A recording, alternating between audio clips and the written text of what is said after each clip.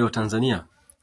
Bila shaka mmemsikia Samia Suluhu Hassan amesema kwamba nchi yetu Tanzania ina rasilimali chache, na kwa sababu hiyo itatulazimu kutegemea mikopo na misaada ili tuweze kuishi. Sasa ukweli ni kwamba huyu mama ni mwongo sana. Nchi yetu Tanzania ni nchi ya pili kwa utajiri wa rasilimali barani Afrika. Na kama viongozi wetu wangeacha wizi, kimsingi Tanzania ilitakiwa iwe ndo nchi ya kwanza kwa utajiri barani Afrika. Sasa mimi naomba unisikilize kwa umakini sana. Unaiona hii Tanzania? Tanzania ni nchi ya 13 kwa ukubwa barani Afrika. Nchi ya kwanza ni Algeria, ya pili ni Kongo. Lakini nchi ya Algeria, 90% ya ardhi ya Algeria ni jangwa. Yaani wakazi wa Algeria hawana hata maji ya kunywa. Kwa hiyo wanategemea wachimbe visima, au tunasema kuna kitu tunaita desalination, yani wabadilishe maji ya bahari ndio yawe maji ya kunywa. Unaweza kuona kwa nchi kama iwezi kusema kwamba ni kubwa. Kwa hiyo kwangu mimi nchi ya kwanza kwa ukubwa barani Afrika ni Kongo. Kwa nini? Kwa sababu Kongo haina jangwa. Nchi ya pili kwa ukubwa barani Afrika ni Tanzania. Kwa nini? Kwa sababu ukiangalia zile nchi zote 11 ambazo zinaizidi Tanzania ukubwa, sehemu kubwa ya hizo nchi kwanza zina jangwa, pili ni kame, hazina maji ya kutosha. Kwa hiyo ya kwanza kwa ukubwa Afrika ni Kongo, ya pili kwa ukubwa Afrika ni Tanzania. Ngoja nikupe mfano mwepesi. South Africa ni nchi ya 9 kwa ukubwa barani Afrika, ya 9. Sisi ya 13. Lakini ndani ya South Africa kuna majangwa matatu. Kwanza kuna jangwa la Kalahari. Pili kuna jangwa linaitwa Karoo. Tatu kuna jangwa linaitwa Namib Desert, limetokea Namibia, limeingia South Africa. Kwa hiyo ukichukua ukubwa wa haya majangwa matatu ambao yako ndani ya South Africa, kwa sababu yana ukubwa zaidi ya kilomita za mraba 500. Kwa hiyo ukichukua ardhi yote ya South Africa ukatoa jangwa, unakuta sisi Tanzania ardhi yetu ni kubwa kuliko South Africa. Umenielewa hapo? Sasa maana yake ni kwamba rasilimali ya kwanza ya Tanzania ni ardhi. Kwanza sisi tuna ardhi kubwa yenye rutuba. Rasilimali namba 1. Rasilimali ya pili ya Tanzania, sisi tuna maji mengi. Unaiona Tanzania? Tanzania ina maji mengi kuliko nchi yote Afrika. Yaani Afrika nzima hii. Sisi Tanzania tunawazidi maji Kongo. Sisi Tanzania tunaizidi maji Nigeria. Hebu vuta picha, maji yaliyoko Tanzania ni mara 5 ya maji yaliyoko Nigeria. Hebu vuta picha. Kwa hiyo kama Nigeria na watu milioni 240, maana yake ardhi ya Tanzania inaweza kulisha zaidi ya watu milioni 700. Kwa hiyo tunaweza kubadilisha kama ni mazao ya biashara au mazao ya chakula. Tunaweza kuyabadilisha mazao ambayo tunaweza kulisha watu milioni 700. Kwa hiyo tukayabadilisha yakawa pesa. Kwa hiyo unaweza kuona. Kwa hiyo tumesema rasilimali ya kwanza ni ardhi kubwa yenye rutuba. Rasilimali ya pili, Tanzania na maji mengi. Na ukitaka kujua Tanzania na maji mengi, wewe andika, labda unaweza kusema the Great Lake Zone in Africa. Utaona maziwa makubwa yote yako Tanzania. Umenipata?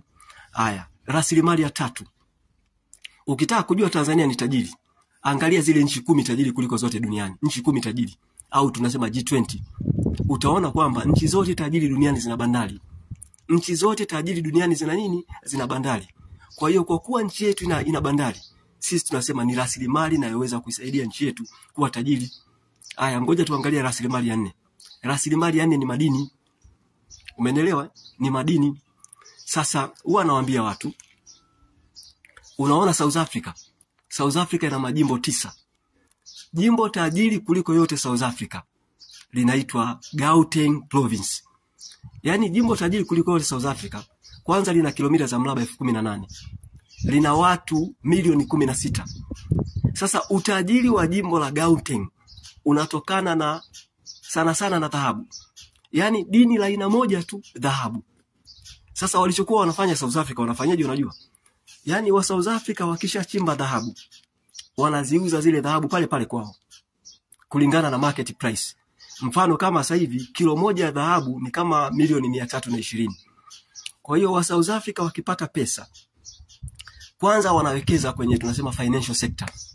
Kwa hiyo sasa hivi katika jimbo la Gauteng kuna zaidi ya mabenki 140. Lakini pesa zote za mabenki zimetoka kwenye nini? Kwenye dhahabu.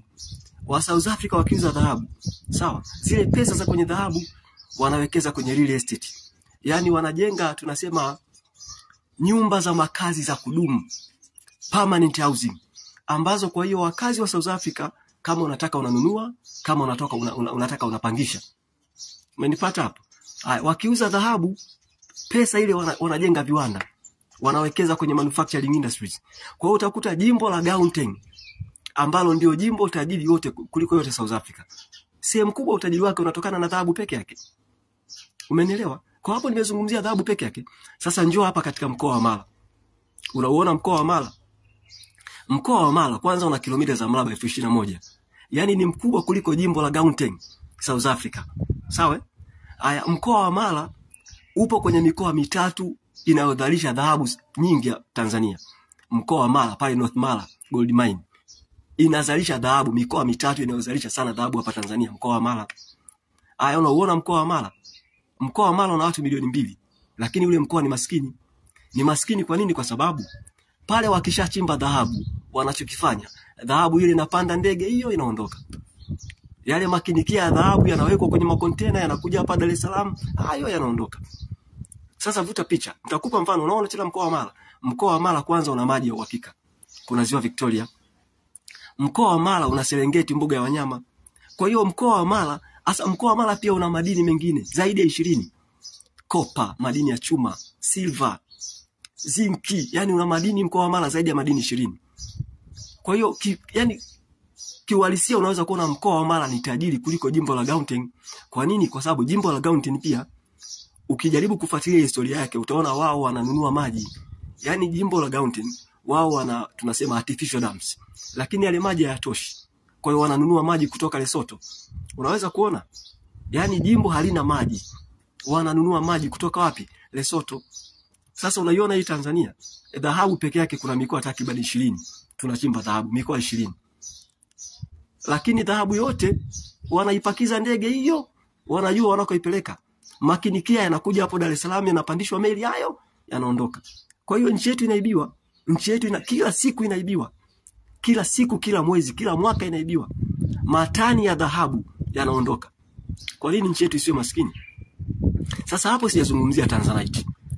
Sijazungumzia diamond. Sisi tuna gesi. Tuna mlima Kilimanjaro, tuna mbuga za wanyama. Sasa huyu mama kwa nini anasema Tanzania ina rasilimali chache? Anataka rasilimali zipi? Ndugu wa Tanzania, mimi nihitimishe kwa kusema kwamba nchi yetu ina rasilimali nyingi sana. Kimsingi kama viongozi wetu wangeacha wizi, Tanzania ilitakiwa iwe ndio nchi tajiri namba 1 barani Afrika. Lakini kwa bahati mbaya wizi hawawezi kuacha. Sasa mimi nitoe pendekezo. Au mfano unamuona huyu msemaji wa serikali, Gerson Msigwa. Muda wote anazungumza amani. Sasa unajiuliza, unazungumza amani na wakati mmeua watu wetu kwa makusudi? Mmewaua wa Tanzania kwa makusudi. Kwa nini hauzungumzi kwamba mjiuzulu? Kwa nini hauzungumzi mwajibike? Kwa nini? Kwa nini unazungumza amani? Unataka amani na wakati mnaendelea kuibia nchi yetu? Kwa hiyo sisi tuhubiri amani na wakati nyinyi ni wezi majambazi? Hakuna kitu kama hicho. Hakuna kitu kama hicho. Sasa mimi nitoe wito kwa Watanzania, kwanza kwa viongozi wa dini, kwa Kristo, kwa Uislamu. Nitoe wito kwa wasomi ambao ni wazalendo wa nchi hii. Tuungane. Tarehe 9 mwezi wa 12 tusiogope kuandamana. Kuandamana sio dhambi, na nchi hii sio mali yao. Hii nchi ni mali ya Watanzania wote. Hatuwezi kukaa kimya tuhubiri amani na wakati mnatuibia. Yaani mnaibia nchi yetu. Hebu vuta picha. Sasa hivi Samia anasema nchi yetu ina rasilimali chache. Maana yake nini? Anataka endelee kukopa. Haya, mimi nikuulize. Deni la taifa limeshafika trilioni 107. Hilo deni atalipa nani? Hilo deni atalipa nani? Kwa hiyo tuendelee kuhubiri amani.